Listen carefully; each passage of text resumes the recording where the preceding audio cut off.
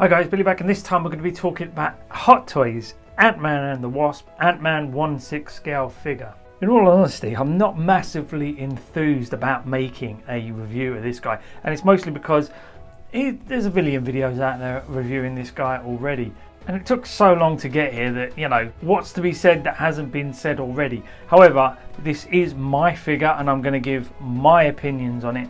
And for the most part, I really like the figure. Hot Toys always knock it out of the park.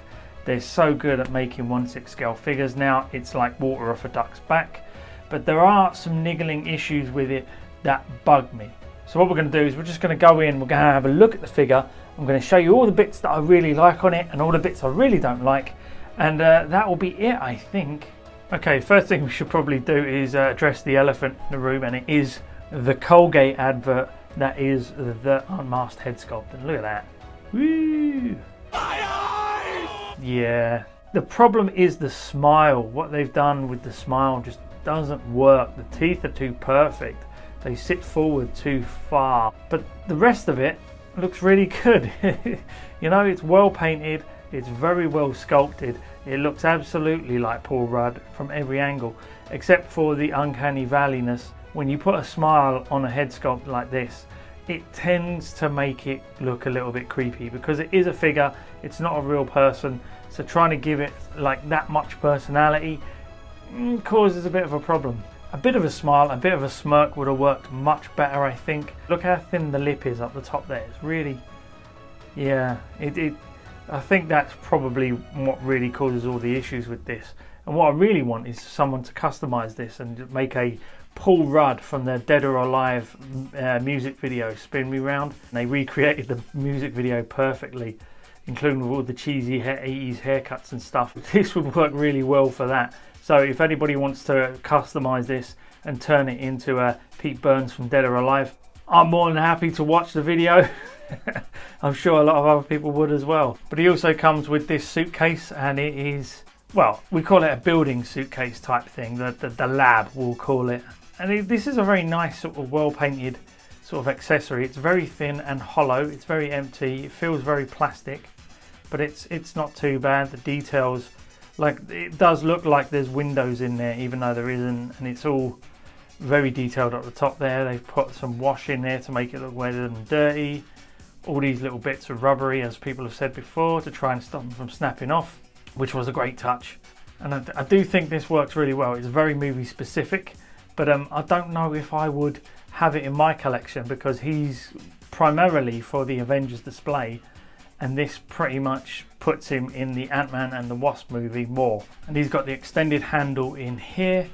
However, you can swap it out and have a small handle. It is a bit fiddly though. Pulling the handles out can be a bit awkward. They're very stiff to get in, and yeah, I'm not going to pull it out because simply, you know how it works. These two things come out, the other handle goes in, but I just don't want to damage the whole thing. I didn't have an Ant-Man in my collection and I need one, and this guy really does fit the bill. And it's me personally, if you gave me a list of the best Hot Toys Ant-Man figures, it's Ant-Man Mark 1, Ant-Man Mark 3, and then Ant-Man Mark 2. I think the worst one is the Civil War one. Yeah, people have described it as looking like he's got a pig helmet on rather than an ant helmet, which makes a lot of sense to me. The snout is too long, whereas this guy, he's a bit more colourful, a bit more bright. It's got that sort of, I don't know what it is, the vinyl neoprene. I've posed a leg forward before and it's gotten a crease in it and it came back out, but I have a funny feeling people are saying that if you leave it too long in one pose, the suit's going to stick to itself, and I totally believe them. I have a funny feeling that that would happen. Before we get too deep into the suit, let's have a look at the other accessories. He comes with extra hands. I really like these hands. They're super expressive. They really sort of give him a bit more of a dynamic look without having to pose him up too extremely. I love the sort of metal chrome effect on the back of the hands there. It's really cool. You can actually see the reflection of the room in it. The sculpting on the inside of the hand is perfect, if I'm honest. And he even has all the detail of the little button on each glove for him to shrink. And he also comes with the shrinking discs, one red, one blue, because one makes you big, one makes you small. A little bit of an Alice in Wonderland type reference, the blue pill, the red pill, all that sort of stuff. But yeah, again, I'm not sure I would ever use these in the collection. he's got to be in my endgame display. So, you know, it's nice to have them, but again, these could end up on eBay as well because I just don't really feel the need for them. I'm looking forward to Wasp though. That'll be a really interesting one. See what they can do with that. And then you get this back bit for when he's unmasked, which will never happen on my figure. Unless somebody else makes a new head sculpt, but I just don't know if they will. But you can see the details in the back here of the helmet sort of receded into it. All the little panels and stuff. That does look really cool. And if the head sculpt had been better, this might not have been such a bad option to pose with. But as it is, he's staying helmeted. He comes with a big cardboard backdrop that you can display with the figure. It looks okay. The print's pretty good on there. I don't see myself ever using these. They take up a lot of space and they're just, I don't know, they feel a bit cardboardy and cheap to me. These will probably be really good for like shop displays and stuff like that, but I don't know anybody who personally displays their figures with those backdrops. But it's, you know, any accessories is nice with your figure, even if you're not going to use it. And he also comes with a really nice base. It's got that hexagonal design like the Endgame and Infinity War figures, so it will fit pretty nicely in with those. There is a spot gloss on the Ant-Man and Wasp logo there, which is really nice, and the rest of it is like a matte, so you know it won't slide around on it, which is really good. However, the Scott Lang, I don't know if there's like a nameplate in the instruction book saying Ant-Man. I don't know, but why are you putting Scott Lang on there? The only reason I could see them putting that on there is if they plan to make a Hank Pym Ant-Man at some point, which I don't think they will. So why Scott Lang? Just put Ant-Man. That's what everybody wants, isn't it? Nobody wants a superhero called Scott. You know, the next thing they're going to do is a superhero called Dave. Is it a bird? Is it a plane? No, it's Dave. But yeah, other than that, yeah, it's a really nice base and it will fit in with the Endgame and Infinity War displays. However, I never use those. I always use the clear bases just because it helps with the lighting through the shelves and stuff like that. And it helps them all look a bit more uniform and they take up a heck of a lot less space. Speaking of helmets, we can see that the helmet is absolutely brilliant. They've done a great job with this. The paint application on that silver really shines out. I really like the red stripes there. It looks exactly like the movie, which is, you know, what you're paying for. It's movie accuracy. Let's turn this on. Although the batteries do fade pretty quick. Wow, man, that light up feature really makes this figure come to life. It's a bit like the Iron Man, you know, when you put the batteries in and you turn the lights on, that's when the figure really does excel. Coming down into the neck, there isn't much movement there. It's quite restricted by this sculpted piece here. But it's nice, it looks good. It's definitely movie accurate, but yeah, it does hinder articulation a little bit. I really like the suit coming down into the body. They've got like a padding in there, sort of like a rubberized or silicone padding to make it look more realistic. However, from the front it looks great, but then when you turn to the back, he has a very flat profile, like he's got no ass. Paul Rudd got no ass. Other than that, I really do like the design. They've made it as movie accurate as they can, and you're not going to complain about this. It does look like it does in the movie. And then these shoulder pads are like really good, but also a bit of a bugbear as well because they're on Velcro. When you take this off, oh look, what a surprise! The glue has come undone from the shoulder pad. So now the shoulder does not fit on properly. It's gone. Yeah. Well done, Hot Toys. See, that's why you're supposed to use magnets, because this shit doesn't happen, and that bugs the life out of me. So yeah, the rest of the review is going to be shoulder padless. It's not going to look as good. Nice. We're coming down into the arm. We can see that underneath the suit here there is like a stretchy lycra, so that does like it just adds a bit more confidence when you're posing this guy around, because you know it isn't this stuff here that can stick to itself. So if you put his arms down by his side, this isn't going to stick because there is an actual piece of fabric there that will stop it from sticking together. And then on the back here, this is my other bugbear. Those elbow pads are hideous. Hideous. I hate them. Like every pose I try to put him in, I try to hide those elbow pads where possible because they're just, look at them. They don't look like they fit him. I mean, with the elbows bent, you can see that elbow pad is really stuck out there, you know. It doesn't sit flush to the figure at all. That feels a bit crap to me. and then when you straighten the arm completely, it really still juts out.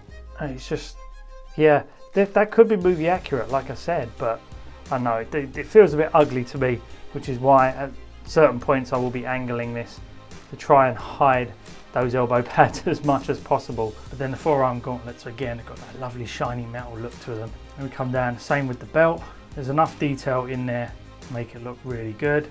However, this is technically a bit of a neutral design, but that's kind of the movie's fault, not this guy's fault. But then when you put the belt down, the seam on the suit at the back here makes it difficult to bring this piece of the belt over the seam. But it's not the end of the world. I mean, this is a suit that I'm pretty sure is one of those ones you got to, you know, zip up in. It's not like a nano suit or something like that. I'm pretty sure it was actually a suit that he has to put himself in and out of all the time, which again I like. I'm getting tired of that nano suit technology, suits appearing on people and disappearing and stuff like that. I actually want them to be able to actually pull a suit out of somewhere and put it on. It just adds a bit more realism. One of the issues, mild issues I've got, is them thighs. Is it me or is Paul Rudd like not skip leg day for a while? They're huge, aren't they? I don't know if that's movie accurate or if it must be. I mean, I'm sure it must be. They would have noticed that, I would have thought. But he got some chunky legs on him for this figure. Or maybe in the movie they wanted him to have chunkier legs, so they put padding in it so that Paul Rudd didn't feel too bad. But yeah, it does look a bit sort of stretched over the leg there a little bit. But again, that's probably the least of the bugbears. The knee pads are good though. I do like those. They do look movie accurate and they look quite flush to the suit, which is really good. Then the sculpting on the boots, as always, is great. However, articulation is very hindered by that. Especially when you've got this bit here. You've got this whole situation going on here. You could have added a bit more sort of like a separate piece to get this foot articulation up a little bit. This could be separate from this, but they didn't bother. It's one whole piece. And here he is posing as America's second ass. Now it is a nice figure, don't get me wrong. I'm not wanting to bitch and moan about the whole thing completely. However, like I said, there are gripes with it. It does bug me a little bit, but part of those design features might have been on the actual suit in the movie, and therefore Hot Toys were just sticking with the accuracy of the film, which you can't blame them for. We always want movie accuracy over everything else. I would have personally liked to have seen a few more improvements with the elbow pads and the shoulder pads, especially the shoulder pads. Come on, like if you're going to use Velcro, that Velcro should not be coming off the shoulder pad so damn easy. That was the first time I took the shoulder pad off and it broke, so come on, that's not on. Paint application is really, really good though. The chromes are just, they really do pop. And the design of the suit, or the panels, or the different sections of it, really, really look good. Posing is where this thing is let down a little bit. I would have liked more dynamic sort of poses for this guy. He is quite a dynamic figure in a lot of ways. He jumps around and everything like that, so it would have been nice to be able to get him a bit more posable. However, this isn't for that type of thing. If you want posability, go with SH Figure Arts. If you want high movie accuracy costumes on 1/6 scale bodies, this is where you come to Hot Toys. Sans the head sculpt. The accessories are good. They work exactly like they should with the figure. Him being able to press the button is, you know, it's a nice touch. Overall, it's a really nice B-list character in my display. I'm just waiting for all the A-listers to turn up. It's taking forever. But yeah, this Ant-Man and the Wasp figure is very, very good. I have a funny feeling, because they're doing an Ant-Man 3, this isn't the last we're going to see of this guy from Hot Toys. So if you really want, you can hold out and wait to see what the new Ant-Man movie is going to be like and what the suit's going to look like in that, because that might be a better option. They may even give us a better head sculpt. Other than that, this guy is going to look fantastic in the display. Okay guys, hope you enjoyed the video. Like and subscribe. Do me a favour there, get the fuck out of my cave. I'm going to put this guy on the shelf next to all the other in-game figures. And I'm really getting excited now. Bye bye.